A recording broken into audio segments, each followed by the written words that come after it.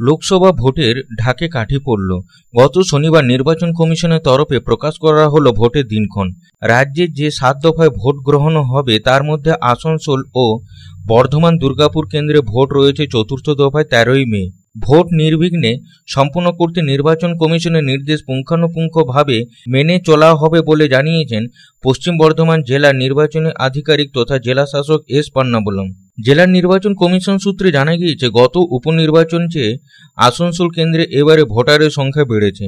প্রায় 23,03,425 জন ভোটার রয়েছেন। এই কেন্দ্রে এবার 2,493টি ভোট গ্রহণ কেন্দ্র তৈরি করা হয়েছে। 200টি স্পর্শকাতর বুথ রয়েছে। জেলা কেন্দ্রীয় বাহিনী এসেছে 6 কোম্পানি। আর বর্ধমান দুর্গাপুর কেন্দ্রে মোট ভোটার রয়েছেন 18,47,283 জন। ভোটার বেড়েছে এই কেন্দ্রেও।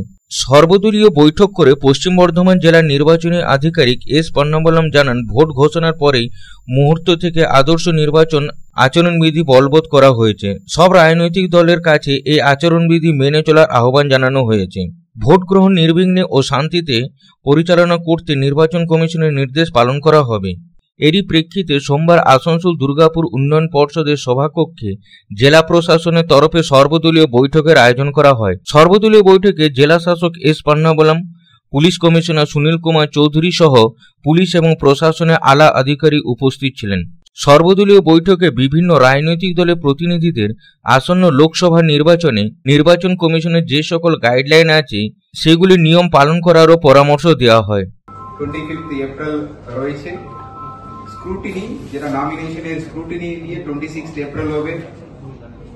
উইথড্রয়াল 29 হবে। Date of poll 13 May Monday.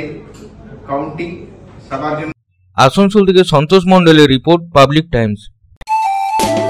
स्वास्थ्य की रक्षा और अधिक पौष्टि, एग्रो फ्रेश आटा की रोटी, खुशी परिवार हरदम ताजा टेस्ट, आटा की जगत में एग्रो फ्रेश बेस्ट। संपूर्ण मात्रा में कार्बोहाइड्रेट, प्रोटीन, विटामिन, मिनरल से भरपूर एग्रो फ्रेश आटा, मॉडर्न साइंटिफिक टेक्नोलॉजी से बना हेल्दी एग्रो फ्रेश आटा। रोटी चपाती पूरी पराठा, एग्रो फ्रेश आटा।